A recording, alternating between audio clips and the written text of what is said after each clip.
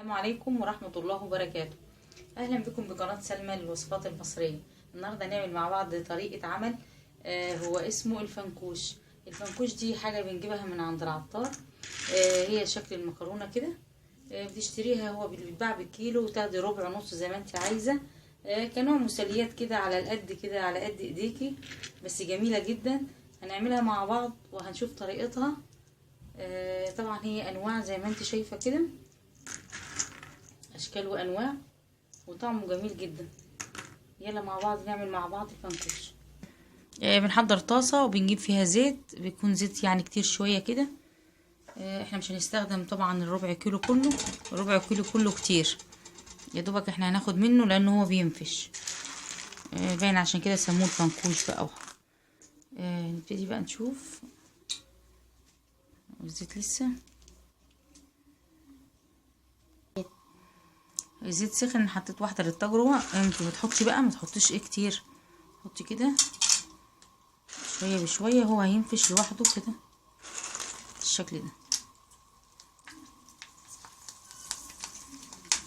معاكي هو بينفش بالراحه خالص، وطي اهو بالشكل ده.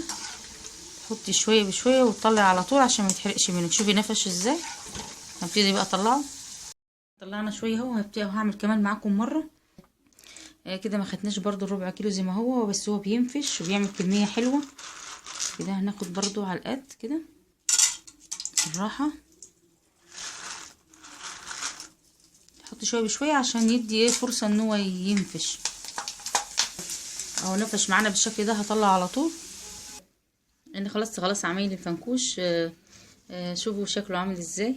تسالي جميله على قد ايدينا كده وحلوه، وطعمه جميل جدا. انا مضفتش ملح ولا حاجه، هو التوابل فيه منه فيه، هو بالشكل ده. بس اهم حاجه تحطي شويه بشويه وانتي بتقلي، وتخلي بالك برضو عشان الزيت بيطرطش، وتوطي ويبقى على مهل خالص. انا عملت الكميه دي وعملت الكميه دي، ومازال برضو الربع كيلو. شويه اهو، عملنا شويه محترمين. ان شاء الله تعجبكم الفيديو، تعجبكم فكره الفنكوش دي باذن الله. بشكركم جدا، ويا ريت الفيديو ده يعجبكم باذن الله. بشكركم جدا، والى اللقاء مع وصفه جديده من وصفات سلمى. السلام عليكم ورحمه الله وبركاته.